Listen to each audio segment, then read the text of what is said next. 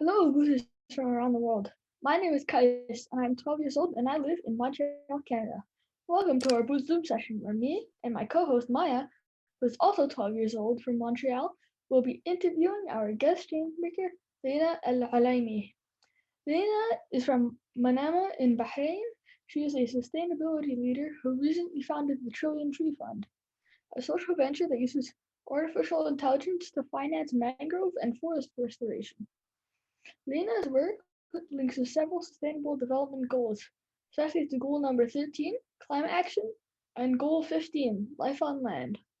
Maya and I will ask questions to Leena about her background, her journey, her work, her skills, and her impact. We hope that you'll enjoy this session, and I will now start with our first question to our guest. Can you please tell us a little bit about you and what you do for your work? So for the last 11 years, I've started 4 social enterprises. The Trillion Tree Fund is my 4th. Before that, I had a sustainability consultancy. And then I started a website that connects women and other groups that are not represented on board positions, because a lot of boards, like executive boards, the very top level of companies, are mostly men. So I started a platform that connects women and even youth to board positions. And then the 3rd social enterprise I started is basically a toolkit that helps humans and nature collaborate in win-win relationships. So not where humans are just taking from nature, but where they're also giving something back. So the Trillion Tree Fund is my 4th. And then my other, I guess, work that I've done that's significant is I wrote a book called Compassionate Counterterrorism. So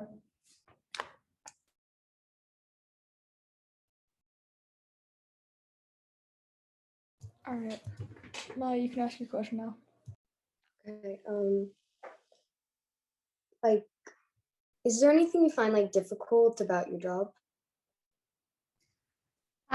Yeah, I mean, there's always difficult things. It's challenging to be doing something that mostly isn't being done before.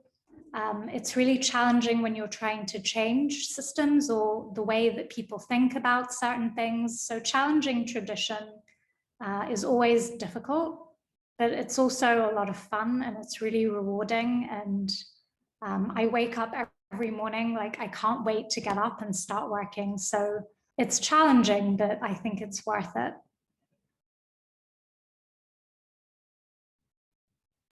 Okay, so you said that you founded the 1 Trillion Tree Fund. Why was the number a trillion out of all the numbers? Good question. Was there a reason? There was a reason. So a few years ago, I read a study that basically there's enough space on Earth to restore 1.2 trillion trees. So these are all the trees that we've lost, like over time, degraded landscapes that could be restored. And the study actually found that if we did restore 1.2 trillion trees, we would cancel out 10 years of carbon emissions. So imagine we go back from today till you were 2 years old, and all the carbon emissions that the world has generated in those 10 years would be completely cancelled out. So that's why I went with one. I mean, it's called the Trillion Tree Fund, but the mission is to restore 1.2 trillion trees.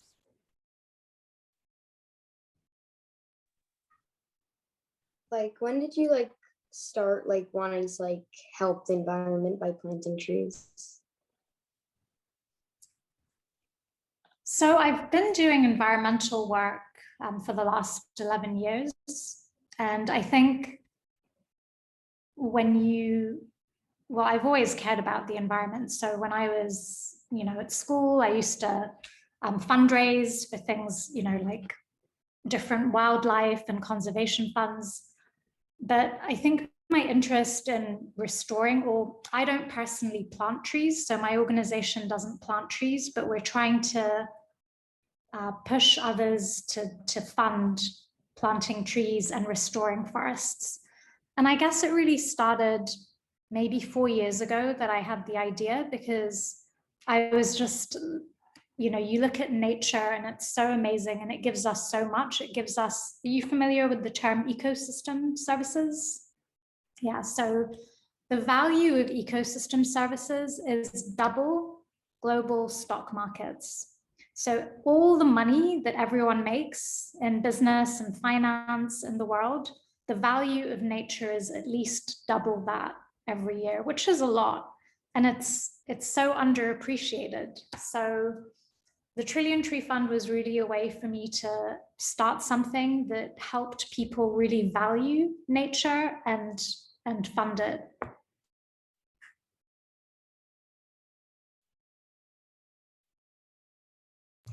All right, so was there an inspiration for your work? For this venture or just in general? Just in general. I guess when I learned about social entrepreneurship, it wasn't that it was an inspiration, but I suddenly had a label of people that I could read about. I could read about other social enterprises. I'd never heard of the term before 2007 or 2006. And once I started reading about other social entrepreneurs, I was inspired by their stories. I was inspired by the types of organizations that they built, the way that they were trying to change the world. So all these change makers. And I realized that that was in my DNA. I just didn't know what it was called. And now I suddenly had, this tribe that I belong to and a lot of inspiration. So I guess that would maybe be the main inspiration that's kind of driven my work. And there was one man in particular. So he wrote a book called The Power of Unreasonable People. And it's all about change makers that have these totally crazy ideas to try and change the world. So that had a huge impact on me. And he's actually one of my advisors, which is pretty cool.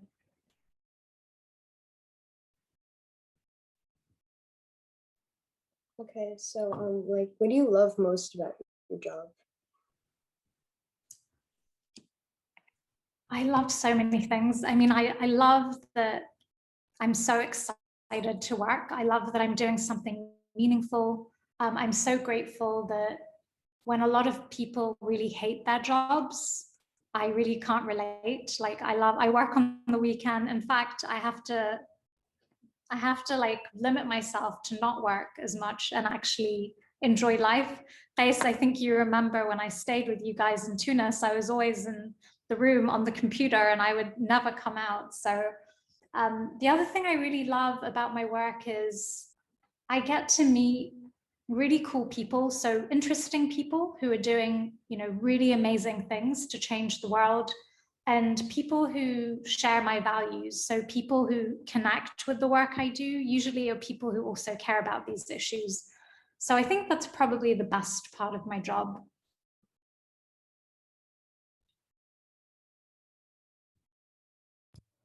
Okay, so on your Trillion Tree Fund, you said that you use artificial intelligence to help secure people's portfolios and assets, right? How do you use artificial intelligence in that way?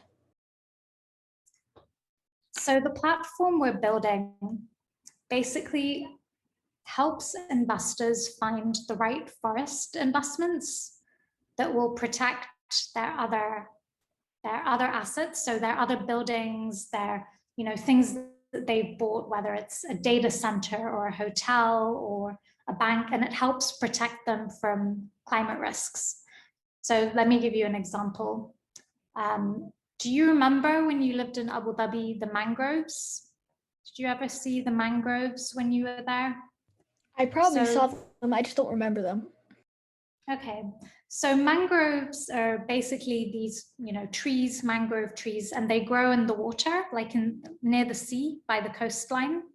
So they're actually in the water, and they can help protect coastlines and communities from flooding, from storm surges, from tsunamis. So imagine you're an investor and you own, let's say, a hotel that's on the coast, and there's a tsunami. And then you have all these millions of dollars in damages. By restoring mangroves or investing in them, you can actually protect not only your assets, but you also protect people, because a lot of people die, right, when there's like a natural disaster. So that's one example. So what we do, the platform we are building, helps match investors to the right forest restoration project that they should invest in, based on what the assets are that they own, based on where those assets are located, based on what the climate risk is in that area. So maybe it's flooding, but maybe it's something else like sea level rise, maybe it's drought, maybe it's earthquakes. So that's part of the matching process. And then the other part that we do, that we use AI for, is then we want to predict what's the value. So if an investor makes that investment, how much money will they save? What would have been their cost of damages if they didn't make that investment? So we basically try and predict that number, you know, anywhere from now until 40 years in the future.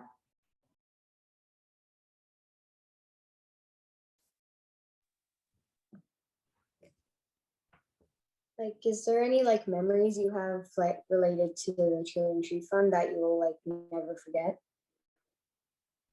Well, I just started it this year, so it's very new. Yeah. I'm sorry. Oh, no, it's okay. I'm trying to think of if there are any memories. I mean, I'm sure there'll be memories later that I'll never forget. But nothing in particular that sticks out. Just, yeah. I think maybe the one thing I'll remember of this really early stage of the journey is how much the work I'm doing has really like touched people. I've had a lot of people who've wanted to help and support. I've actually probably had in the last 4 months 55 different people who've just been wanting to help me for free. So I think I'll always remember how much support I've gotten for this particular social enterprise, and like how much it's really connected with people.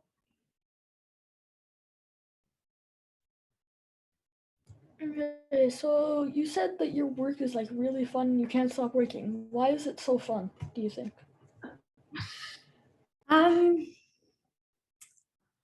I think it's all about you know, what drives you as a person. And I love learning, and I'm constantly learning new things. So especially with this, because I'm not an AI expert. I wasn't a forestry expert. I was a sustainable development expert, but I'm really learning a lot of different things. So that energizes me. It's fun for me. It's fun because I'm building something, and it's a little different from my other social enterprises. It's actually been really fun to build. Like, I'm building a platform. I'm not coding. I have, you know, developers who are working on that, but I think building something is always fun. Like, designing something and building it and seeing it come to life is super fun. And I've just been meeting really amazing people, you know, who've been wanting to work with me on this. So it's fun when you work with people who are like your friends. And I'd say it's also fun because, again, like I feel so grateful to be passionate about the work I'm doing when so many people hate their jobs. And it's fun to make a difference, right? Like, how good does it feel when you feel like you've done something to make a difference?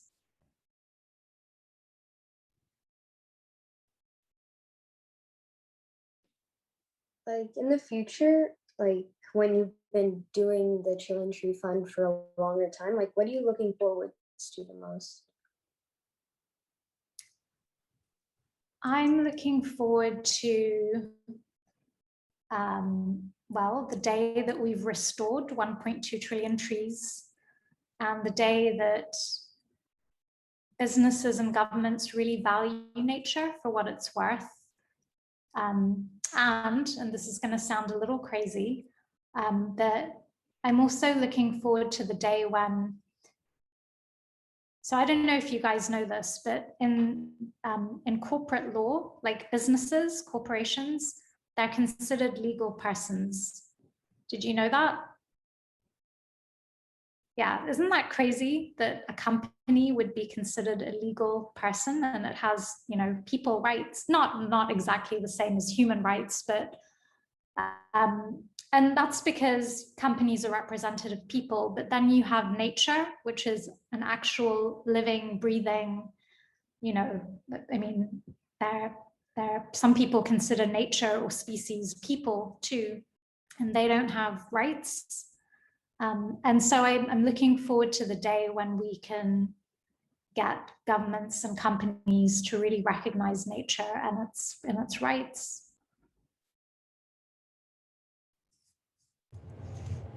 Okay. So, normally, what does your workplace look like? Like, normally it's just like an office or what? Oh, this is it. I mean, you're looking at it. My apartment is basically an office with a bedroom. Because I started the Trillion Tree Fund in January, so it's during the pandemic. So I've never had an office, and I don't know if we will. I don't know that we'll ever have an office. Going back to offices, and the people I've been working with are all over the place. I mean, most of my team. Actually, I'm trying to think. So out of the 55 people that I've had working with me, I have not met a single one of them in person before.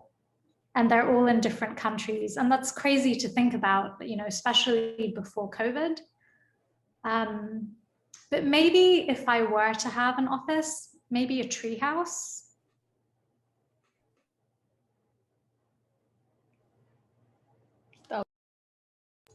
Yeah.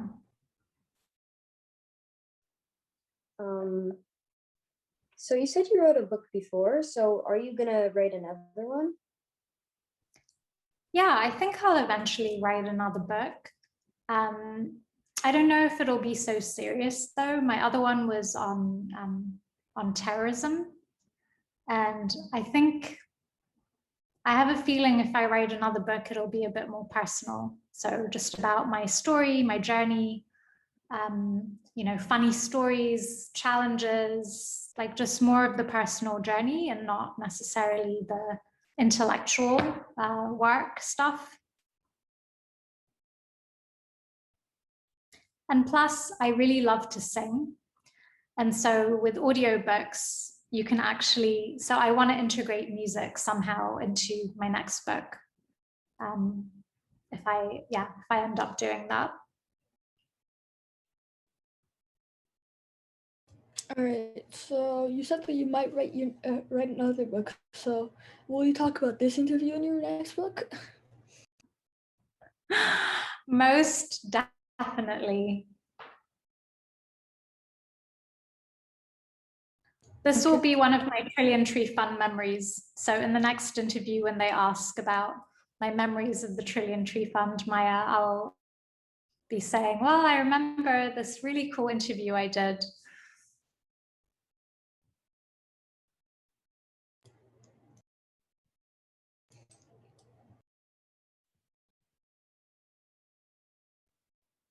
Was there any memories from your childhood? You said about school, you made petitions and stuff, I'm pretty sure. So was there any times where it really went well, the petitions you made? So it wasn't petitions, but it was just fundraising for wildlife. Yeah, so I don't think we had any petitions then.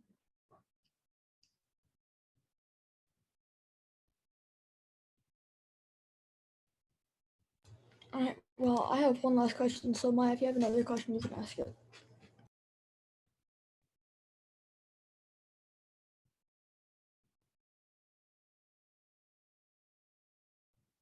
You don't have any questions? All right. So my last question is, do you have any advice for people who want to do work like yours? So the best advice I ever got is just start and let the work teach you, because you can overthink it and think, how am I going to do this? And what if it doesn't work? And, all of these things, and get inside your head. But really the only way you're going to be able to figure anything out is just to start, and the work will teach you. It'll change, your idea will change, you'll learn things along the way, you'll you'll face like stumbling blocks and challenges, and you'll be like, oh my God, this is not going to work, and then you'll get over them. So really the best advice I have is just start and do it, and the rest will come. Okay, well, actually, I just thought of another one. How long do you think it will take to restore a trillion trees? Gosh, I wish I knew that. It really depends, because trees take time to mature. So, and different tree species have different, they have different amounts of years to mature. So some trees only take 7 years, some trees take 120 years. So it's really difficult to say. I wish I knew the answer to that question, but I really hope that we're able to do it in the next, it's really ambitious, but in the next 10 years, because with climate change, we really need to take some urgent action. All right. Okay, so unless Maya, have you thought of another question? It's not really like related to anything, but like, do you have any like pets, or have you had any pets in the past? Or sorry. Yeah, so I love cats. I had 13 at one point, and I mean, when I was younger at school, and because I had so many, I wasn't allowed to have them in the house. But I'm really connected to all cats, by the way. I mean, if I was allowed to have other cats, I would have. But I also love lions. I would never keep a lion in captivity, but I love going to lion conservations and like safaris in Africa. I know those aren't technically pets, but I have lions, like pictures of lions all over my office here in my living room. So